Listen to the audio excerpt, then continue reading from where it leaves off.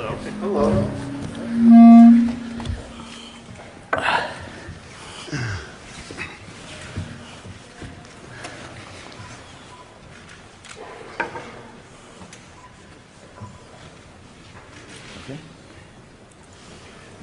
How did you get in?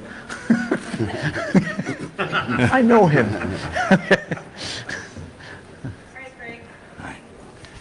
Hi, everybody. I'm Greg Perloff, and what a pleasure it is to be involved with this celebration of Metallica and their 40th year and a Metallica takeover of San Francisco.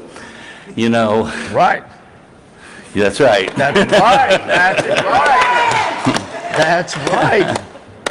You know, it all starts with the music. And the thing about Metallica that makes them unique is their fan base and their fan club. And as the word of Metallica has spread all these years, I want to note that people from all over the world are coming into San Francisco, staying in hotels, taking different forms of transportation. And it's really a wonderful economic boost to the city.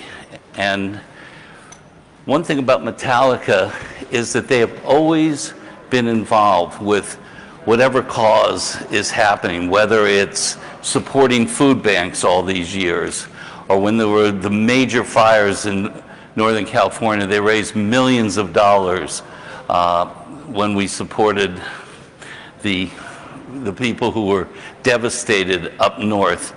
And I'm just so pleased to have been able to represent the Metallica.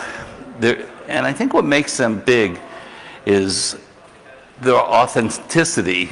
You know, they're the real deal. And they do what feels right to them. One time we did a stadium, a Day on the Green, and the next day they did a 900-seater in Petaluma. And that's what they felt they should be doing. And whether they've played Outside Lands or for the last few times the Chase Center, this amazing new arena in San Francisco, they've always been there to everybody. So, I know you don't want to hear me speak, so let me introduce and I mean this, our amazing and wonderful Mayor London Breed. Thank you. Well, first of all, Greg, thank you so much, and thank you for all of what you do to bring nightlife and entertainment alive all over San Francisco with Outside Lands and so many great events. And there, to me, is nothing more important than having a good time, as I'm sure some of you know and have witnessed on occasion.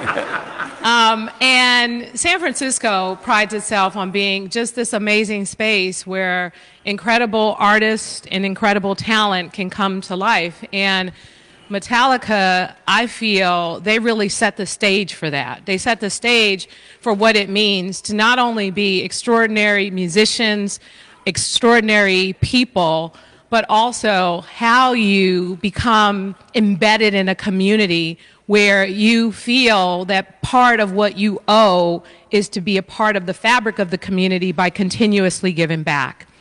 And so this plan that Lars and Robert have for really making San Francisco shine, I can't ask for anything more from just really revolutionary artists, people like them who are known not just all over the country, but all over the world, because they have touched people's lives with their music for generations. My aunt saw us on the news one time, and she was like, "Did you get a picture with Lars? I love him. I've loved him since I was a kid." I'm like, "Auntie, calm down. I'll make sure I get a picture with them." And then she proceeded to ask me a lot of questions, and one of those questions was not how was I doing in San Francisco with a global pandemic. However, that's just to say that this group has been just a part of the fabric of San Francisco, and what they are doing to not only support a incredible concert here, but all the things that they're going to do all around San Francisco is going to be transformative. And the other thing I got to say, I was on my way home taking the route of the Divisadero, and I was like, Metallica, And I was like, Metallica's performing at the Independent. I had to call my friend Michael O'Connor. I'm like, Michael, is that really Metallica performing at the Independent? That was a few weeks ago. Yes, it was Metallica at a small venue in the community. Because, yes, they can sell out places like Chase Center, but they also will come, as Greg talked about, very close with a lot of folks and provide this incredible experience. And on top of that, part of this Metallica experience, this Metallica takeover of San Francisco, includes supporting small businesses in our city. It includes doing a cleanup at the beach and really calling attention to a number of environmental challenges that we have as a city and as a country. It calls attention to the need to support nightlife. And here in San Francisco, I'm proud that we've waived $5 million in fees for venues and nightlife entertainment, and we provided resources to see our artists perform all over San Francisco. But the attention that Metallica brings that takes this up to the next level is what's going to really make this city shine. You know, we've been through a really tough time. It's been almost 2 years of wildfires, seeing the sky turn yellow, the protests and demands for racial justice, the global pandemic, kids who weren't in schools, people who couldn't see their family members. This global pandemic has tested us like nothing else. And what people need now more than ever is hope. Hope for the future, hope for what we know is the very best of us. And today we celebrate that hope with music, which brought us together during the pandemic and will continue to keep us together as we move forward. So I wanted to take this opportunity to thank Metallica and thank you for everything that you've done for your 40 years of being together, for your commitment and love for this city. You, from my perspective, you are when you talk about San Francisco, you talk about San Francisco, you talk about cable cars, and then you talk about Metallica. Yeah. And on behalf of the city and county of San Francisco, I want to officially declare today Metallica Day in San Francisco. Wow. Okay. Metallica Day. Look at this. That means free parking. That's right. That's right. Come on, Greg. Follow that Friday. There. Right here. I got you. Right here, please. Thank you. Okay. Free parking, That's free right. muni rides, get into Chase Center free. That's right. Just wear it on your chest. Just tape it to your chest and say, it's my day today. That's right. And thank you so much again for what you're going to do for us this weekend, all the great activities, the great events. Valencia Street will be closed with wonderful music. Join us for the cleanup in Ocean Beach. Celebrate with the city-made products and makers. I don't know the location. You'll all have the locations of all the festivities. But it is time for us to live. It is time for us to enjoy what I think is one of the most beautiful cities in the world. And I can't thank Metallica enough for committing to San Francisco and making this city shine. So thank you so much. Thank you so much. Thank you. San Francisco's biggest export to the world, right here. God help us all. I just want to say thank you, Mayor Breed. Thank you, Greg. Thank you, everybody, for showing up. The sun is shining. The storms have passed. It's a beautiful Thursday. It is Metallica Day in San Francisco. As I'm listening to your wonderful words, I'm thinking about the history. Both of you said 40 years. Those who know Metallica well feel that. And you hear me say this all the time, but we're just getting started, okay? And all our best years are still ahead of us. And we may even actually turn professional soon. So we've got that going for us. And I'm thinking back to those who know our story, and feel free to boo for 1 second at least. especially in front of him. But we didn't start in San Francisco. We started in Southern California. And we came up to San Francisco the first time in 1982 in September and played at the Stone, and subsequently played at the Old Waldorf a couple times. Metal Mondays, Tony Isabella hosting.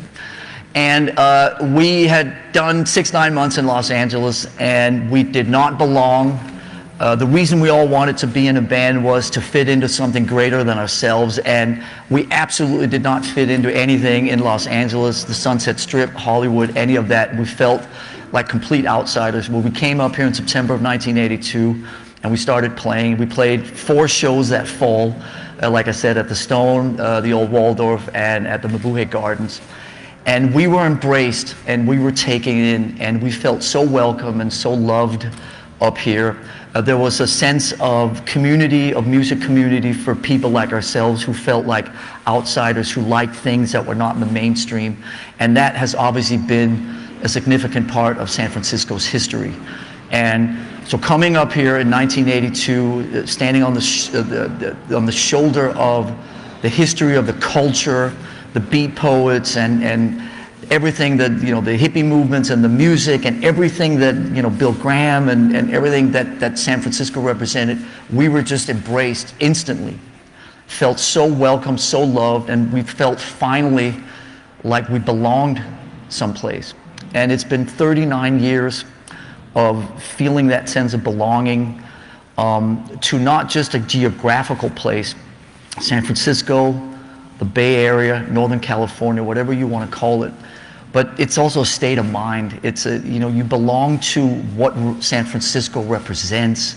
And to me, we often talk about this, you know, over a glass of wine at night, or whoever you're sharing a good time or tall tales with. But, you know, San Francisco also is significantly a state of mind, what it represents, you know, as you know, the most Western city in America before you get out to the ocean, and sort of the Wild West mentality and independence and freedoms and culture and equality and justice and everything that San Francisco has been through since 1849, give or take. We just fell in love with it, and we have been so proud to shout from every rooftop all over the world, and every press conference and every mic that's been shoved in our faces for the better part of 40 years, how much that San Francisco gave us an identity and gave us, like I said, a sense of belonging. And we fly the flag proud for San Francisco and the Bay Area all over the world, on our t-shirts, you know, made in San Francisco, born in San Francisco, Metallica San Francisco, whatever version of it says. But we are so proud of our connection to everything that San Francisco represents, and to all the wonderful people, to obviously the great the physical and geographical elements here, and the history, and the cable cars, and the Giants, and the Warriors, and the list goes on. But I just want to say how, on behalf of the band, how proud I am for that connection, and how much has just really given us a sense of identity.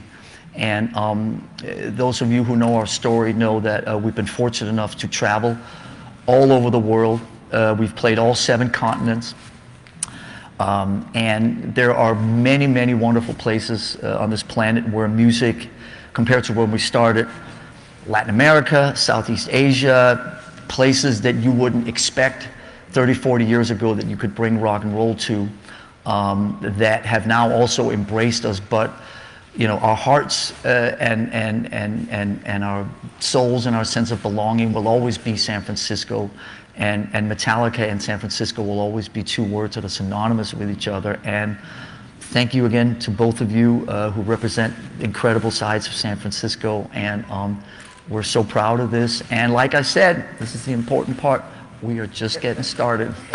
All our best years are still ahead of us. Before Rob speaks, in true Metallica takeover fashion, we've got these cards of just so many events that everyone out here has been working on, and Mary and And so if you want to see all the things that are going on, they didn't just come, they're not just here playing an arena, they are adding to every district of the city nightlife and economic development and being a part of the community. So I just want to make sure you guys know about those. Rob? Yeah, hello everybody. Robert Trujillo? It's an honor to be here, let me just say that, and thank you Mayor Breed, and thank you Greg. I tell you, for me it's just totally surreal, and to sit here where the Warriors play. I remember when I first joined Metallica, I used to go to a lot of Warriors games. You know, you had Captain Jack and Matt Barnes and you know, Baron Davis, and there was a lot of magic happening, and to actually be in the venue now, these years later, with the team doing so amazing, is very exciting for me as a Warrior fan. And Lars is right. I mean, the creative energy in this city is so important. I remember back in the old days, I played in a band called Suicidal Tendencies, and we actually, we weren't allowed to play in LA for 7 years because there was some violence there, whatever. So San Francisco actually, you know, took us in and became our second family. And I know this also happened with a lot of the skateboard community because they were also part of our tribe when I was in Suicidal Tendencies. So the skateboarders from San Francisco would stay with the skateboarders from LA and vice versa. So there's actually, in my world, in my universe, there's always been a real amazing connection. And again, it's always been the outlaws, the creative types, you know, and there's this connection. And when I joined Metallica, it was a perfect fit, really. I mean, the mindset, the level of creativity, everything about it has just been incredible. And it's almost 20 years now for me, so I'm happy to sit here with Lars and celebrate this day and celebrate this moment with you all. Thank you for having me.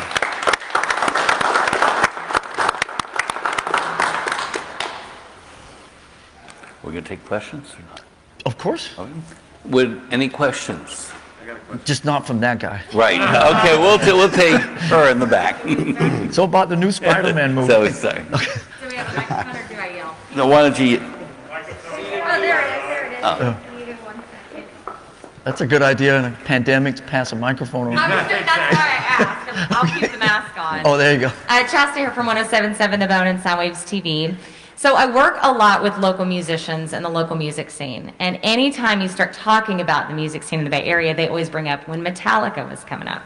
So my question is, in thinking about community and throwback to 40 years ago, 39, what was the spark of magic that made that time so special when all these bands were able to come up and really be big? And how do we bring that spark of magic into the now?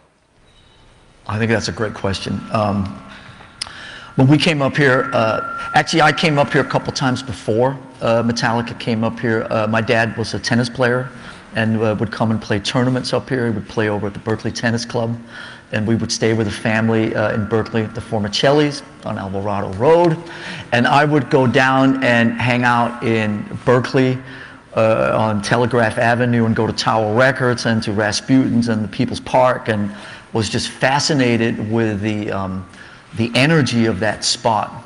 And I was standing in front of Tower Records, this is about 1979, and I heard something loud walking my way, and it was a guy with a boombox on his shoulder, and I recognized he was playing a Motorhead song.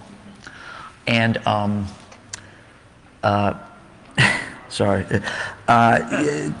So I asked him, "You're playing the song, and it's incredible," and we became best friends. And his name was Richard Birch, and he ended up with the quote on the back of "Kill 'Em All," "Bang that head doesn't bang." He was kind of the gateway into the whole San Francisco community. He introduced me to all these amazing people up here, Ron Quintana and Ian Callan and all these guys, and they would meet up on the top of Strawberry Hill in Golden Gate Park. On weekends, bring keggers up and listen to music. At that time, the music that we all grew up with and what was running through our veins was not part of the mainstream. And so at that time, you sought out other like-minded people. So there was no internet, there was obviously none of that type of stuff. So you really had to dig for people that were of the same breed as you. And at that time, I was introduced to dozens and dozens and dozens of kids my age, 17 years old, who all viewed the world through the same eyes as I did. And I was an only child growing up, and it just gave me a sense of identity. And so when the band came up here, and stayed in touch with all these guys, and so when the band, guys and girls, when the band came up here a year later, that was the beginning of the scene, you know, and all these kids, you know, most of them ended up in bands, you know, the Exoduses of the world, the Lost Rockets, the Forbiddens, you know, all these great bands, and there was just a scene up here. Now, that scene was rooted in, I think, acceptance, in tolerance, in open-mindedness, all the words that you associate, again, going back to the state of mind of San Francisco, about here you can be yourself. You don't have to apologize. You don't have to try to fit in. Nobody's going to judge you. Nobody's going to look down upon you. None of that type of stuff. And so we all felt so free up here to just be who we were, and we didn't have to apologize for the choices that we were making as 17, 18, 19-year-old disenfranchised kids trying to figure out what was up, down, or sideways at that time. Now, obviously that's 38, 39 years ago. I can't tell you that same opportunity exists today. I would love to tell you that could happen, but obviously the world is a different place for many reasons. We don't need to get into that, but even just practically, the sense of discovery, the sense of mystery, the sense of you know, all this stuff. These bands belong to me and to my group, and obviously the internet, which has done countless amazing things, has also turned some of that stuff upside down. So I don't know if those same possibilities exist today, but I'm always hopeful, and I would encourage any 15-year-old, 10-year-old, 8-year-old, I can see it in my own kids who want to be out there picking up instruments and listening to great heritage of music and lineage of rock and so on, to get involved and do what you can. You used the word authentic earlier, Greg. Just be yourself. And there's no greater place on this planet to be yourself than right here in the Greater Bay Area. So hopefully anybody out there is encouraged to just keep it up, that creative path, if that's what they end up on. I don't know if you want to answer that. One of the great things that's happening this weekend is basically our kids, our sons, have bands, and they're performing in the city. And I think that's so incredible. For Lars and I, that's a dream come true. And it's happening right here as part of this experience, and part of the takeover. Yeah, and for us, it's celebrating the live music venues exactly how we came up, and that hasn't happened in a long time in this city. So that's a big deal, and hopefully everybody will recognize that and go out and check this music out and support young bands, because there's a lot of musicians out there that are so excited about playing live again and writing fresh music, especially during these times. And I mean, I've talked to your boys about it. I've talked to James's son and his band, and I get so excited to see the look in their eyes, to know that they're creating. And I tell them, you know, it's also great therapy, especially during these times, to have that release. Well, hopefully. Yeah. Hopefully, Rob, that your sons will be as successful as Del Curry's sons. Yeah. You know. And I'd just like to add, the city has also made things way too complicated for musicians to just be free to do exactly what you're talking about, which is one of the reasons why, you know, we in the city have made some changes to that permitting process to make it so simple for live music to be hosted at various small businesses that technically supposedly under the law, they're not supposed to be able to perform. Like if you have a wine bar and you want a musician to be able to play, if you want to do a pop-up right here, the process that you have to go through is too extensive. And so we've cut that red tape. We're trying to make it as easy as possible, and I think we're well on our way. But I really appreciate your perspective, and also what that reminds me of is what we have to do to make it better for the next generation of artists who are coming up in this city to have access to showcase their talent in various ways. Let me, Lars, if I may, let me speak as a fan Thank you for your just question. Yep. Thank you. Let me speak as a fan for just 1 second because they are far too modest. But back in the early 80s, when we watched all these bands, Lars mentioned some of them, what we understood over time is two things occurred. One, Metallica is a band and they are great musicians. And believe me, we put on so many bands that maybe are not the greatest musicians in the world. And the two things that you needed to separate yourself, great musicianship and passion and mania. You need leaders of the band that want it so bad and want to do the right thing. And, there's a couple of bands, in the world like that. So we'll take a few more questions. Yes, sir.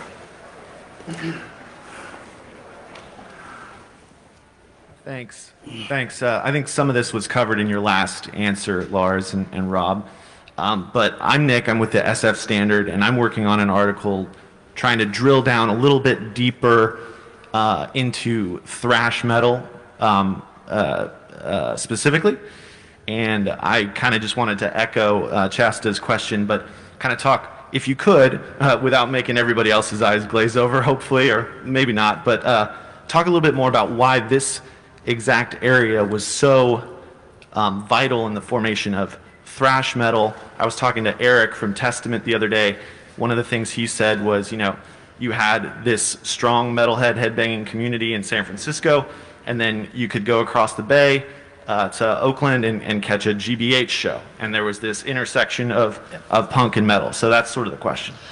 Yeah, and I think you sort of answered at least the soundbite answer yourself, and I don't want to repeat myself too much, but obviously, again, it has to start with musical freedoms and a license to be yourself, and a license to explore the things that turn you on, without feeling that you're forfeiting who you are in order to fit in.